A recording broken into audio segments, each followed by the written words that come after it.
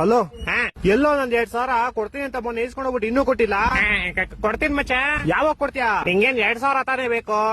ನಾನು ಕ್ವಶನ್ ಕೇಳ್ತೀನಿ, ಅದಕ್ಕೆ ಕರೆಕ್ಟ್ ಆಗಿ ಆನ್ಸರ್ ಕೊಟ್ಬಿಡು. 2,000 ಅಲ್ಲ, ನಿಂಗೆ 5,000 ಕೊಡ್ತೀನಿ. 5,000? ಹಾ ಸರಿ ಕೇಳೋ, ಅದ್ ಏನ್ ಕೇಳ್ತೀಯ ಕೇಳೋ. ಒಬ್ಬ ಅಪ್ಪ ಮನೆಗ್ ಬಂದಿ ಅವ್ರ ಮಗಂಗೆ ನಾಯಿ ಹೊಡೆದಂಗ್ ಹೊಡಿತಾನೆ, ಯಾಕಂದ್ರೆ ಅವ್ನ್ ಕುಡ್ದಿದ್ದ.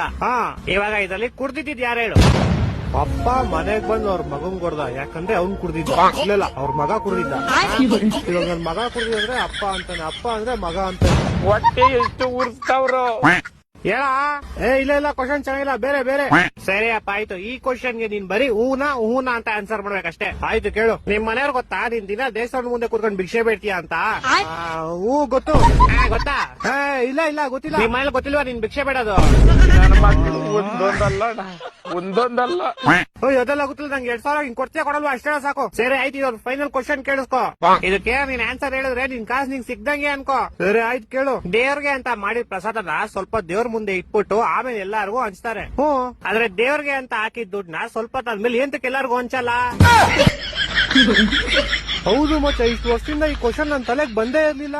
ನಿನ್ ಕಾಸು ನಾನಲ್ಲ, ದೇವಸ್ಥಾನದ ಪೂಜಾರಿ ಕೊಡ್ಬೇಕು. ಹೋಗೋರ್ನ ಕೇಳು. ಹ್ಞೂ ಮಚ್ಚ, ಇವಾಗ್ಲೂ ಕೇಳ್ತೀನಿ ತಾಳು.